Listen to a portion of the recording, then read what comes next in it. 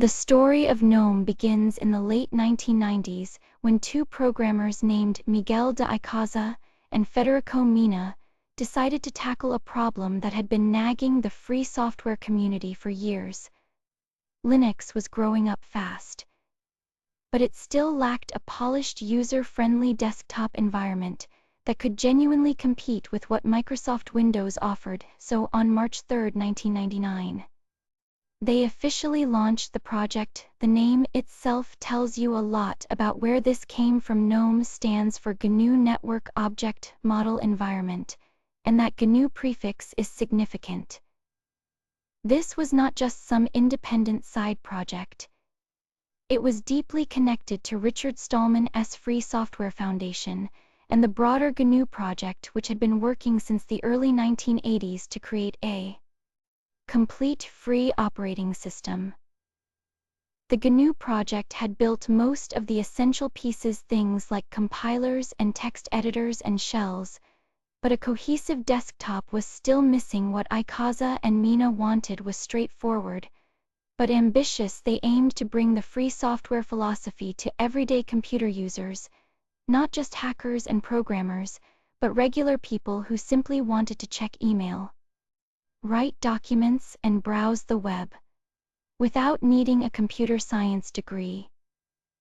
The goal was to create something that could genuinely stand as an alternative to Windows, giving people a real choice in operating systems from the very start. GNOME was released under the GPL 2.0 or later license. This meant anyone could study the code, modify it, and share it freely. That licensing choice was not arbitrary. It reflected the core values of the free software movement, ensuring that GNOME would remain open and accessible to everyone permanently. What began as a vision for a free desktop quickly grew into one of the most important projects in the open source world. Something shifted in the GNOME project around the time of version 2 that set it apart from pretty much every other desktop environment in the free software world. The developers began asking an unusual question. Instead of asking what options they could add, they started asking what options they should remove. This philosophy crystallized in the GNOME Human Interface Guidelines, a document that treats interface design as something closer to cognitive science than to software engineering. The guidelines draw on research about how people actually think and work, aiming to reduce mental friction rather than just presenting buttons and menus. Every element exists for a reason, positioned according to principles that prioritize clarity over familiarity. Havoc Pennington, one of the project's influential developers, articulated the core principle in stark terms. Preferences have a cost. Every setting you add to an application imposes a burden on users who must now consider whether to change it and what the right choice might be. Most people never touch most preferences anyway, so the GNOME team decided to invest that effort elsewhere. They would try to figure out the correct default behavior and build that directly into the software, rather than pushing decisions onto users. This approach meant that during the GNOME 2 rewrite, the team removed a significant number of settings that they determined offered little value to most users.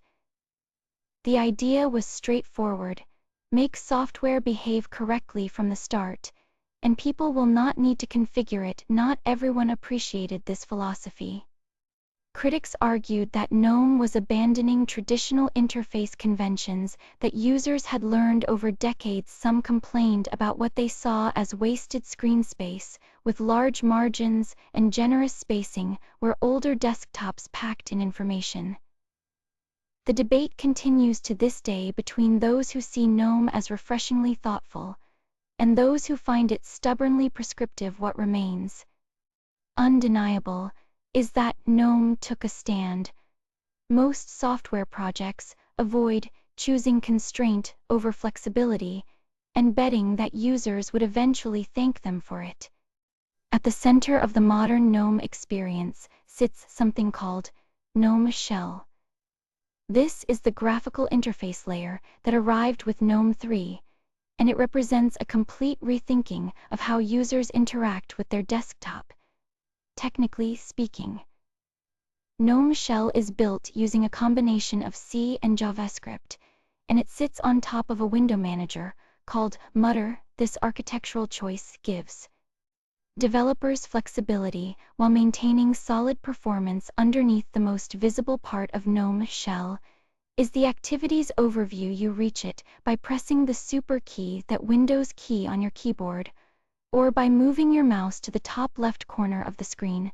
What appears is a unified space where you can see all your open windows at a glance, search for applications and files, and switch between tasks. It replaces the traditional menus and taskbars that older desktop environments used. One of the cleverest features hidden inside GNOME Shell is how it handles workspaces.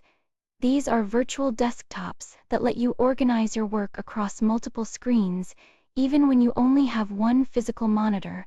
The system manages these dynamically as you open more applications. GNOME Shell automatically creates new workspaces as needed.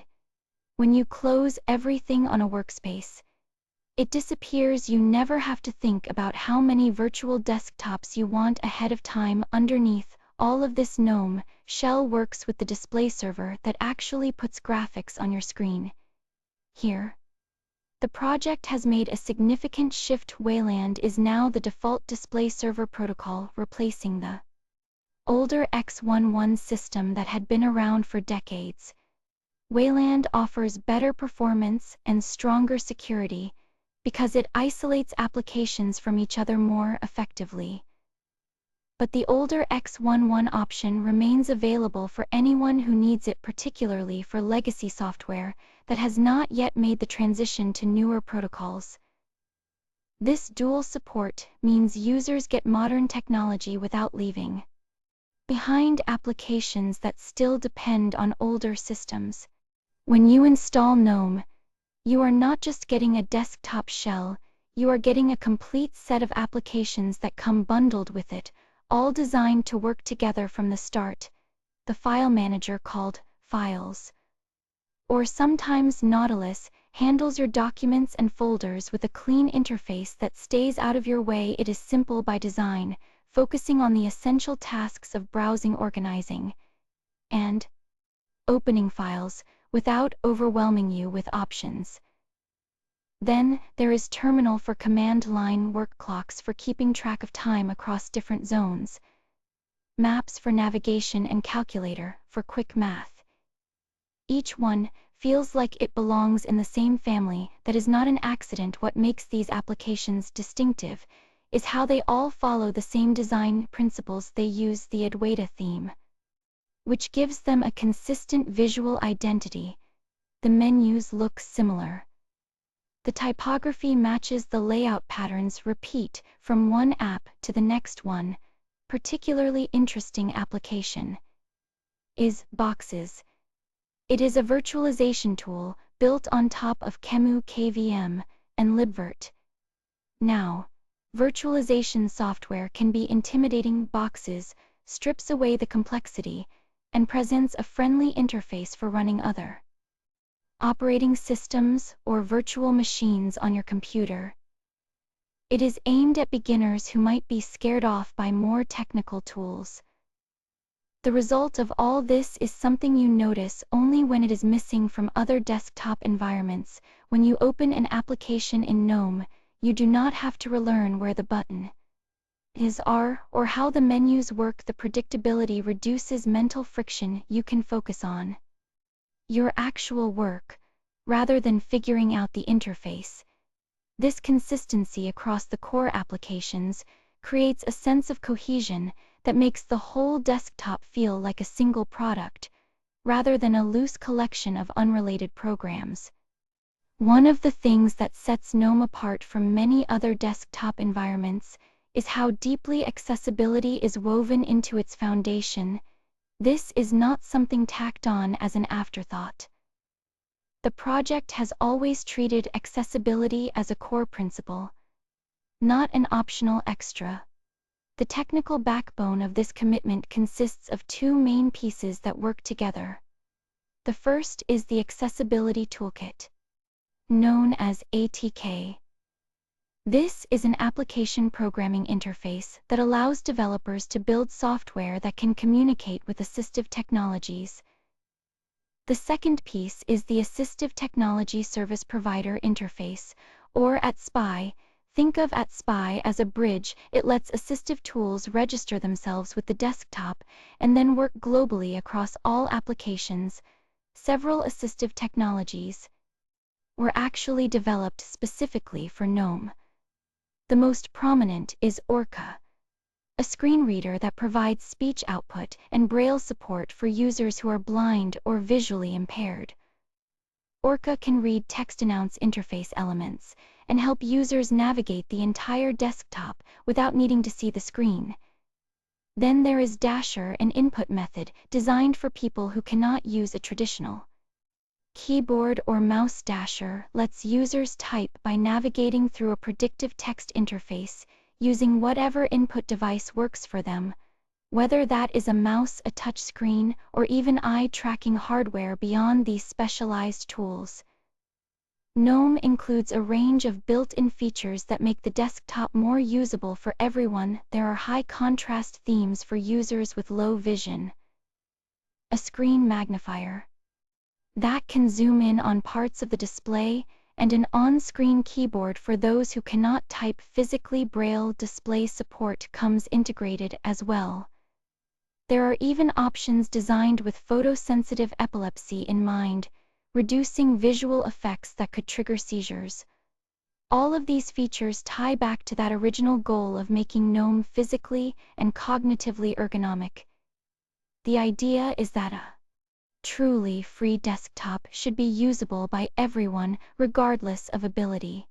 GNOME has become something of a standard bearer in the Linux world.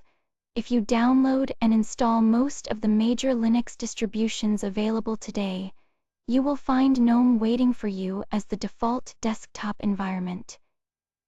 This is true for Debian, Fedora Linux, and Ubuntu, which together represent a huge portion of the Linux user base. But it goes further than that. Red Hat Enterprise Linux and SUSE Linux Enterprise, two of the most important commercial Linux distributions, also ship GNOME as their default desktop.